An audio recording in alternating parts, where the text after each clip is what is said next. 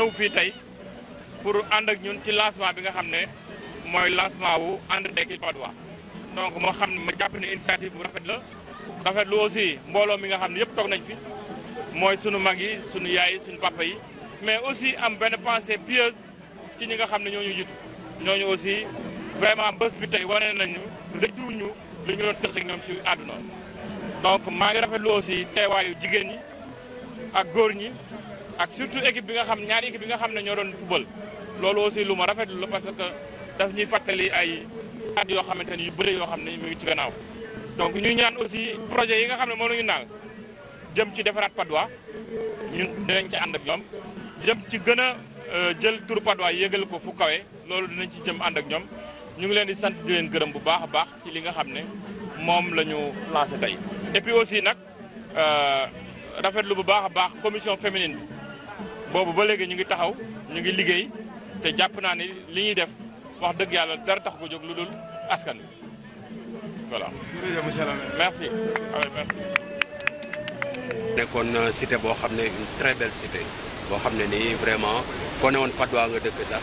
day yëkkatiwaat xool la parce que tellement la cité était vraiment belle xam nga espace de jeu terre de jeu yu baax terrain yi para yi fi doon wàcc dañ doon football di ko vraiment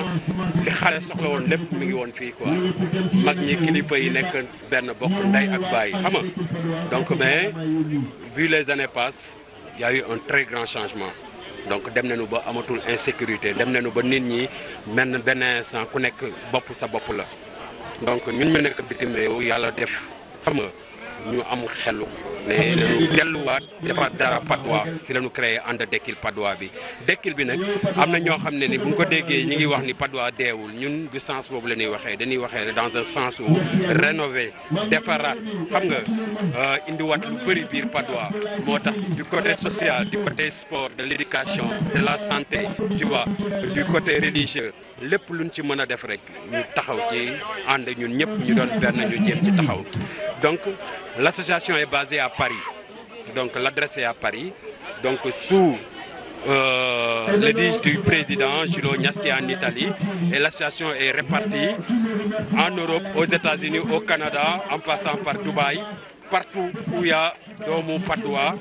donc ñu ngi def seen képp lay kattan xam nga pour rek association bi dem. On a nos deux sages que nous allons toujours remercier qui sont Abdoulaye Kandji aux États-Unis ak Mahamadou Rassoul Ba nekk suñu ñaari mag ñoo xam ne ni vraiment ñu am solo lañu ñu ni conseiller ci lu bëri lañu ñu ni jàppale ci lu bëri lañu donc mbooloo nag mooy doole comme ni ñu wax